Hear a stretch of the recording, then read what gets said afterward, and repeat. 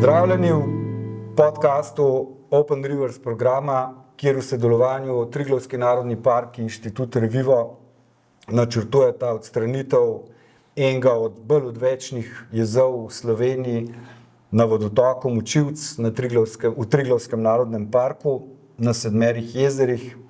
Danes je z nami magister Martin Šolar. Pozdravljen, živim. Dober dan, živja. Magister Šolar je diplomirani inženir gozdarstva, magister naravovarstva, sicer je ambasador biosfernega območja Julijskih Alp, gornik, inštruktor gorniške vzgoje, trenutno predsednik Plazinske zveze Slovenije in pa direktor Kobariškega muzeja. Gospod Šolar, zelo vas vleče v hribe. Celo življenje. Celo življenje vas že vleče v hribe. Ne sam osebno, tudi profesionalno, ali je to povezano? Jaz mislim, da je na nek način to povezano. Če ne bi imel gora rad, če ne bi zahajal v gore, bi se težko odločil pravzaprav za poklic, za katerega sem se odločil, oziroma za službo, ki sem jo dolga leta upravljal. Namreč, ko sva se predstavljala, sva pozabila povedati, še 24 let sem bil zaposlen v Triglavskem narodnem parku. Okay. No in ravno prav, da ste tukaj, točno zato. Dajte nam razložiti, kaj malo manj vemo, pa nismo biologi, pa nismo neposredno vezani na naravovarstveno stroko, biosferno območje. Kaj je to? Najbolj preprost. Biosferno območje je program, je rezultat programa Človek in biosfera, ki ga je razvil UNESCO že v 70 letih. In to je pravzaprav kategorija zavarovanega območja, ki je mednarodno zelo uveljavljena, je pa malo širše kot samo park, kot samo narodni park. Tudi pravila so taka, da enostavno ne moreš začeti kandidature, nominacije za biosferno območje, če hočeš samo obstoječe zavarovano območje vključiti. Moraš vključiti nekaj več in to smo v Julijskih Alpah tudi naredili. Okay. Ampak kaj pomeni recimo to za alpski svet? Nekaj širšega morate vključiti? Ja, po eni strani je tako, da seveda primarno se še vedno pogovarjamo o varovanju narave, je pa tukaj trajnostni razvoj in pa življenje ljudi v tem biosfernem območju precej pomembna komponenta, saj tudi izhaja iz programa Človek in biosfera, tako da smo v Julijskih Alpah vključili območje celotnih občin, ki so sicer delno v parku, delno pa zunaj. V biosfernem območju so pa cele občine noter, tam, kjer ljudje živijo, kjer mora pač nek razvoj se tudi dogajati. Hkrati je pa UNESCO biosferno območje le ena taka mednarodno uveljavljena kategorija, s katero pravzaprav loži dosegamo cilje tako varstva, pa tudi trajnostnega razvoja. In TNP pa še seveda?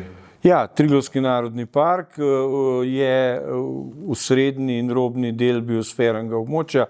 Tisti del občin, kot sem rekel, ki so pa zunaj parka, pa predstavlja tako imenovano tranzicijsko območje, tam, kjer pravzaprav blažimo pritiske od zunaj. A veste, naravo v svojem jedru je relativno težko varovati, če nimamo nekih blažilcev. To so pa ta območja, ko gremo od navzven z bolj mehkim režimom proti centralnemu delu, kjer so režimi varovanja narave strožji. Samo sekundo, takoj štartam naprej, sam da vidim, da nismo kje glas gubili. Dobre, mislim, da nam vse podelen. Ok, Triglavski narodni park, jaz se ga spomnim iz študentskih let, mogoče, ker sem malo več tam kot tabornik, pa se je potem v teh 30 letih ta režim res zelo zaostril. Čas smo kurali kar posod, ali pa skoraj posod, pa verjetno tudi ne bi smeli, pa je pol nekako prišlo to zaveščanje.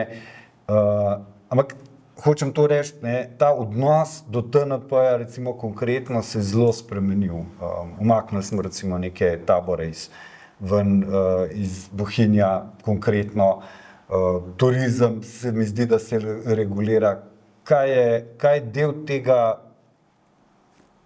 sprememba človeka, pa razmišljanja človeka, kaj pa del tega, kar ste vi kot TNP recimo naredili? Ja, treba je povedati, da pravzaprav, čeprav smo praznovali tudi že 100-letnico parka, ampak šlo je za ozko zavarovano območje glih pri Triglavskih jezerih, ampak park v velikosti, kakršen je danes, obstoja 45 let, od leta 81, in v tem času je park naredil neko svojo razvojno pot, ne nazadnje leta 2010 tudi spremembo zakona, ki je mogoče, kar se tiče varovanja narave, ene stvari zaostrila, hkrati je pa bolj realno umestila te varstvene režime v prostor. Prvi zakon z leta 81 jih ni in kot ugotavljate, smo z nekega časa, ko je bilo vse naše, to je bil pač tudi nek drug družbeni sistem takrat, ko so bili tabori, pa ne samo tabornikov, tudi planincev, dovoljeni kjerkoli in se je počelo karkoli, to je samo ena majhna stvar in smo seveda malo tudi z režimom, z pogajanji in pa predvsem z okoljsko vzgojo dosegli, da je tega manj oziroma da se take stvari odvijajo na bolj urejen način z čim manjšimi vplivi na okolje. Je pa ostalo recimo v Pogorju en kup enih objektov, en takih je recimo jez na Močivcu, imamo pod Kažuncem imamo recimo en kup enih korit, ki so ostale še od planšarije, ne vem, Krnsko Pogorje je zasuto s karavljem, kje je kle zdaj meja med tem, da je to neka, ko ne rečem, zgodovinska ali pa kulturna dediščina, pa nek tujk v prostoru, ki ga je treba odstraniti. Kje je kle meja, kaj zdaj vam recimo? Tukaj bi na to vprašanje pravzaprav lahko takoj skočila na osrednjo temo. Močivc, jezu na Močivcu pa ne bova, ker o tem bova tudi kasneje. Okay.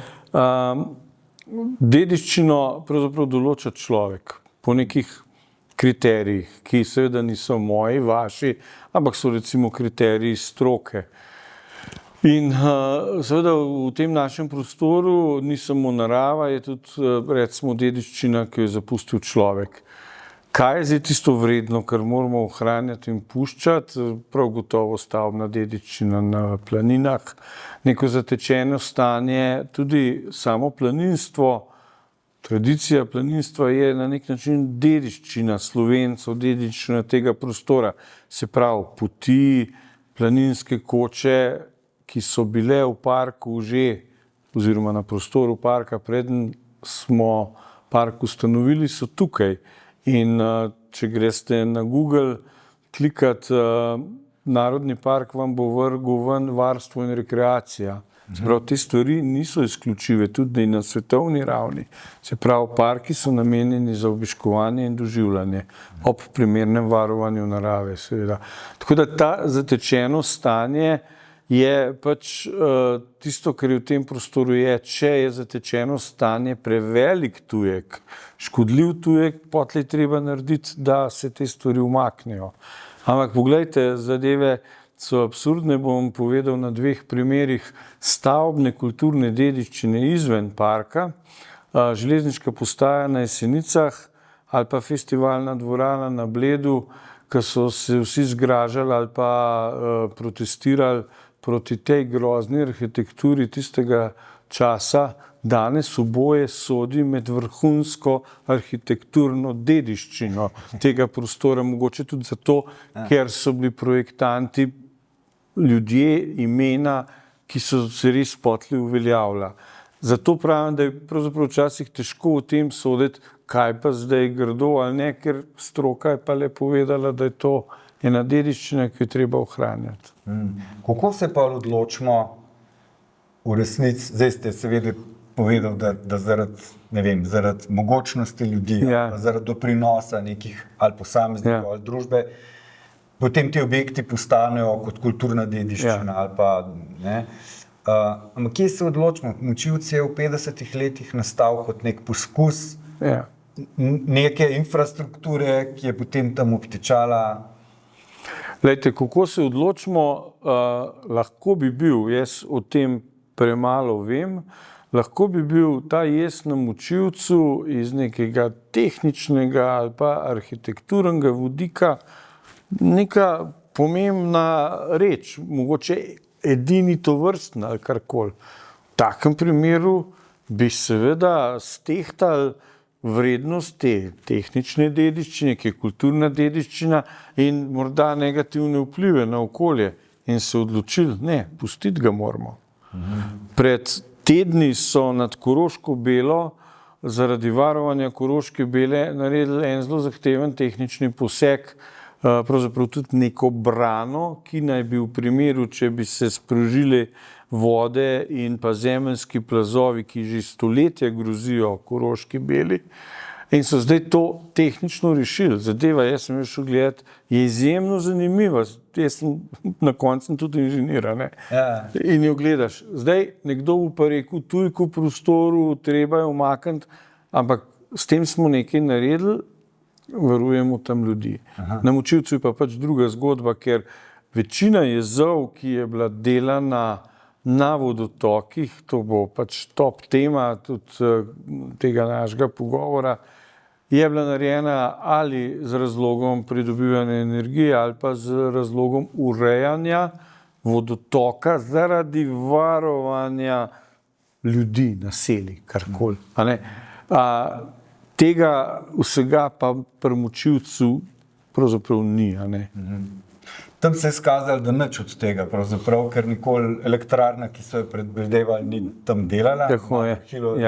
Elektrarno bi naredili, pravzaprav je nek betonski konstrukt, ki je ostal. Ampak ne, če vprašamo ljudi na splošno, ali pa mi, ki delamo na terenu, kakšne delavnice, pa tako ljudje razumejo, da nas jezovi branijo pred poplavami, da je to nujna stvar, ki mora biti na reki, da če ne, reka gre po svoje in je to škodljiv za nas. Stroka pravi, da v resnici ni čistko. In ob tem je recimo moj pomislek, ko sem družboslovec, na kakšen način pravzaprav ljudje sploh pridejo do enega razumevanja, da je treba drugače delati danes. Prej ste se dotaknili tega, kako je šel proces razumevanja TNP-ja in nekih zahtev. A ljudje se da prepričati, a je treba prisiliti, a pride do nekega uvida v eni točki. Vi ste ta proces v TNP-ju namreč verjetno sprejeli. Ja, zdaj prisila nikoli ne deluje dobro, ali pa jo tudi jaz ne sprejemam kot dober ukrep, pa mogoče nimam prav, ampak to je pač moje razmišljanje. S časom se zavedanje ljudi spremeni. A veste, ko so delali v Jugoslaviji, če hočete, hidroelektrarne, ljudje so imeli delo, jugoslovanski inženirji takratni so bili izjemni, svetovno uveljavljeni, kar se tiče hidrotehnike in teh stvari. Delovna mesta, elektrika, to je bil razvoj, to je bil napredek. In da bi takrat rekel, tega ne bomo delali zato, ker bo ta reka rajši prosto tekla. Tega zavedanja takrat ni bilo. Danes to zavedanje je. Pa še to moram povedati, da kljub vsemu glih pri hidroenergiji in izkoriščanju vodnih virov so tudi v tej tako imenovani naravovarstveni stroki hude dileme, kaj zdaj zelena energija. Se sami vidite pri nas, zdaj, ki ni drugega, so pa jedrske elektrarne spet zelena energija. Tako da tlele je zelo, zelo težko napraviti pravo mejo, kaj ja, kaj ne. Hkrati pa sodobno razmišljanje vsem govori, da tistih nekaj prostotekočih rek, ki še imamo, lahko služi drugim namenom.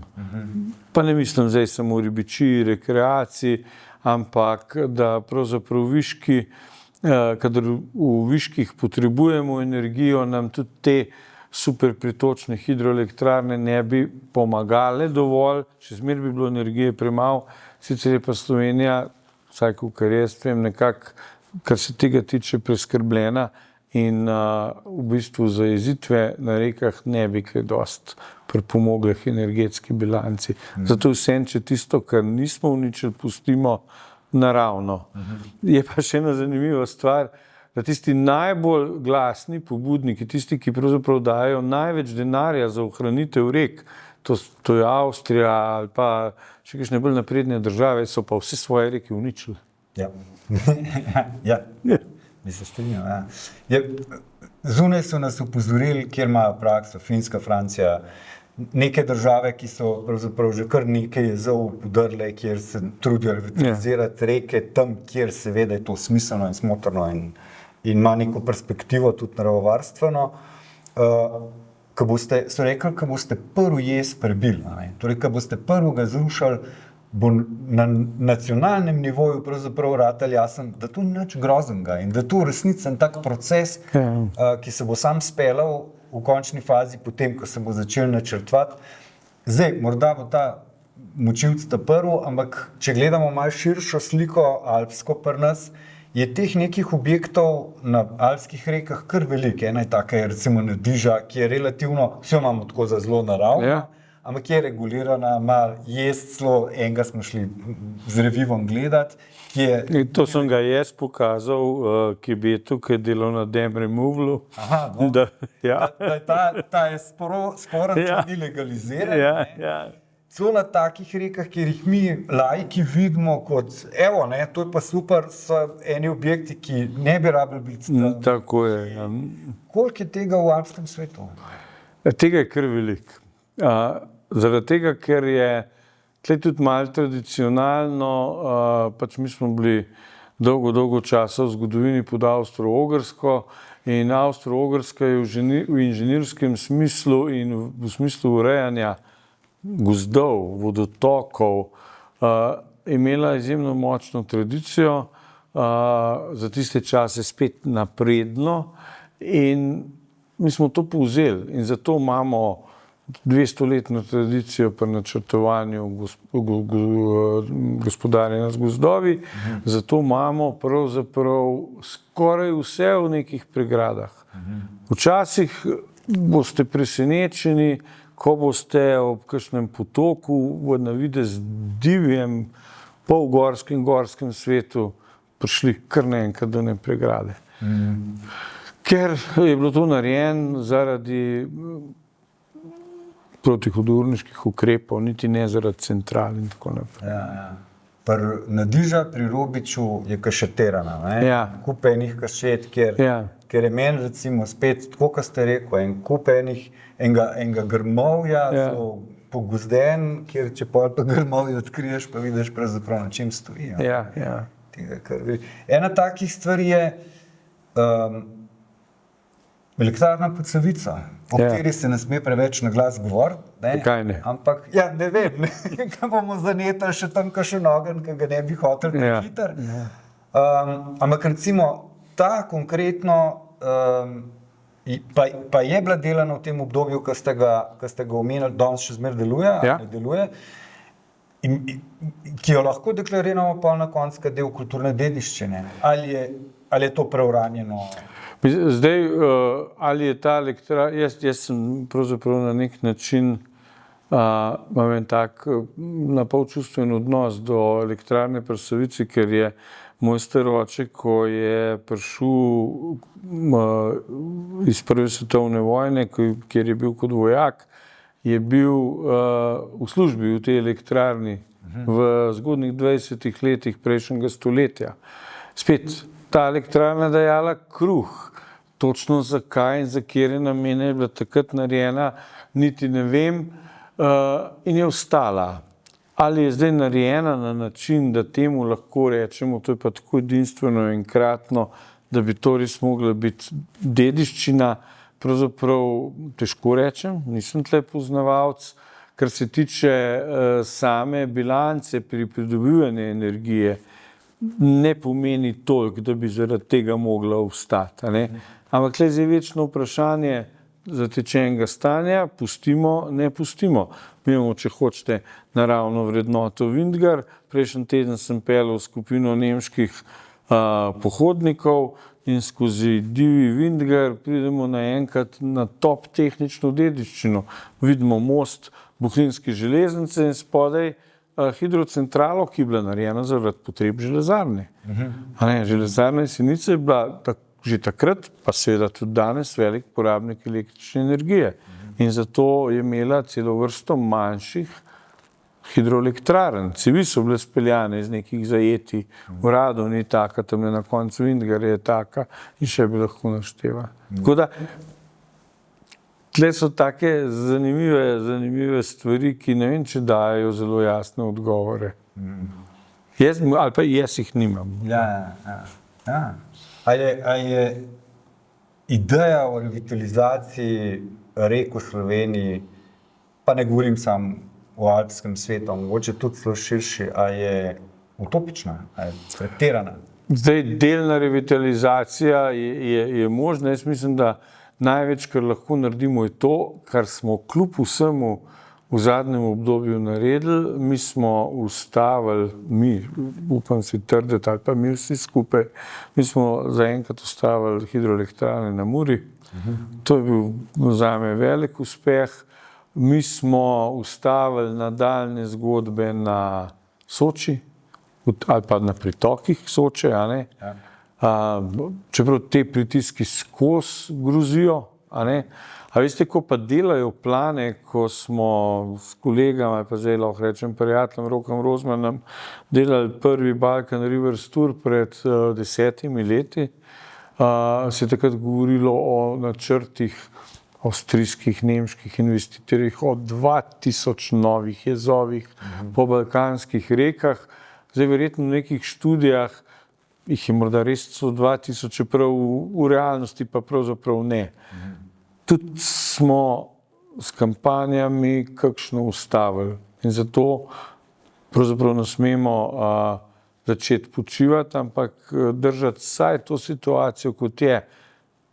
Revitalizacija, ki jo pa seveda tudi, bom rekel, podiranje jezov lahko ponudi, je pa naslednji korak. Ampak mislim, da je ogromno že, če ustavimo, da ni novih. Je zgodba, o kateri se pogovarjava, gospodarska, politična, naravovarstvena? Kje je tehtnica mogoče? A veste, mi smo se večkrat pogovarjali, ker tudi v slovenski zakonodaji obstoja možnost načela tega tako imenovanega prevlade javnega interesa. Ampak jaz kot naravovarstvenik, ali pa če sem bil dejaven na tej strani, sem se dolgo predstavljal, da je prevlada javnega interesa na strani varovanja narave. Pa ni. Zaradi tega, ker nasprotne strani bodo to prevlado javnega interesa z druge strani, kar sem že prej omenil, napredek, razvoj, delovna mesta, izboljšanje energetske bilance Slovenije. Tako da tle so stvari pravzaprav niso dorečene, ampak če gremo nazaj k vprašanju, jaz mislim, da je tle absolutno gospodarstvo in kapital tisto, ki hoče to diktirati. Seveda je politika tista, ki to rab.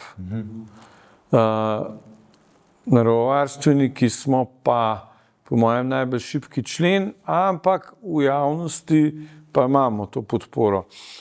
Zdaj, če gledava, kako se življenje odvija, se nam včasih celo zdi, da pravzaprav danes širša javnost hoče odločati o vsem. Pa ne govorim samo o okoljevarstvu, o naravovarstvu, ampak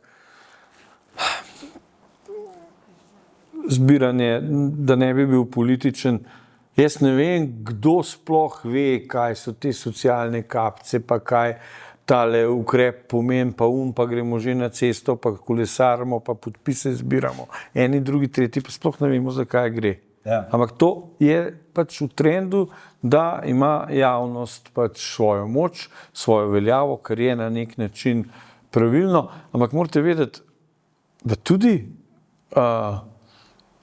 proti parku so bili ljudje zelo. Če bi šli štet, so se tudi s kolesi vozili proti parku, pa ga hvala Bogu imamo. A ne?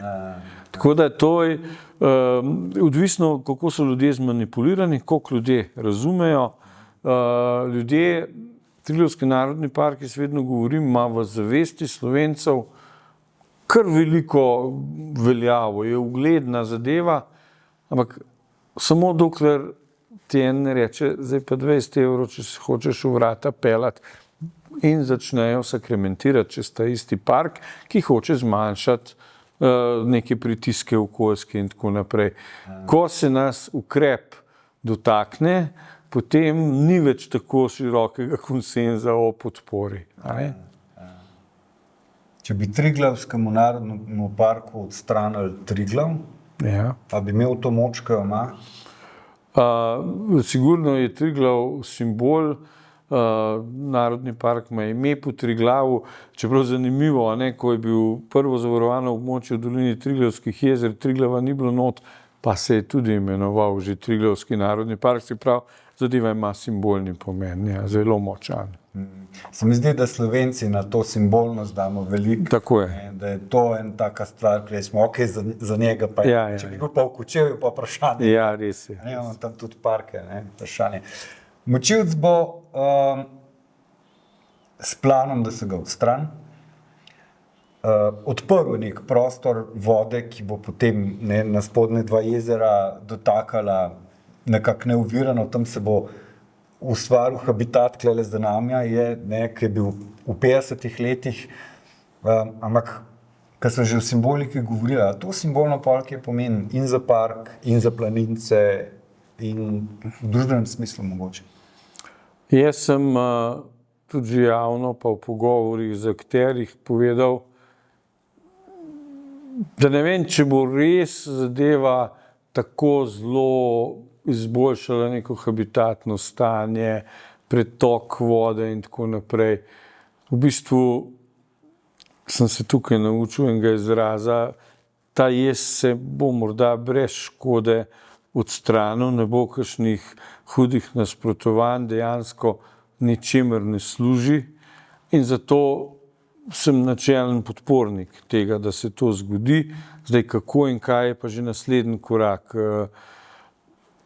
Dejstvo je, da nekateri, bom rekel, tudi ortonaravovarstveniki, ki se pa z dejanskim naravovarstvom ne ukvarjajo, bi tam najraje vrgli bombo, vrgli v luft in jes in kočo in vse, pa bi mislili, da bo spet rajski vrt, tako, kot ga je nekoč varoval Zlatorog.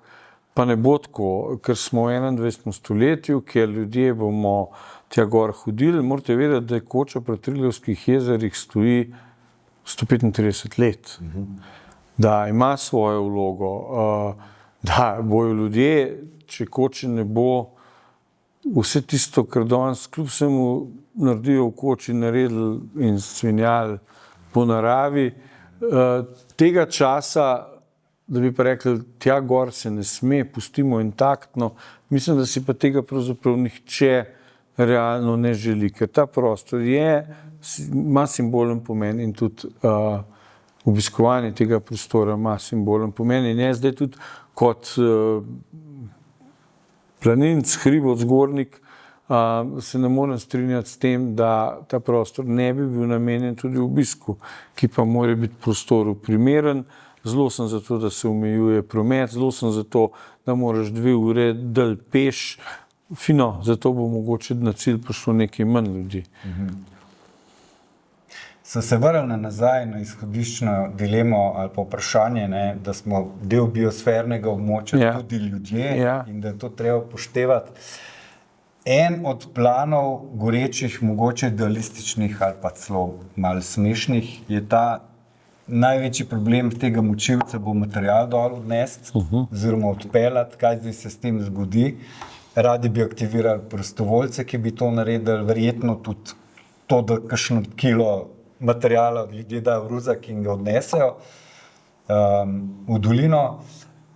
Kakšen simbolen pomen, ko smo že prej o simboliki govorili, bi lahko to imeli? Ali pa koliko planinstvo kot prostovoljstvo potem, a kaj doda temu, a kaj spremeni? Ne vem. Resnično ne vem.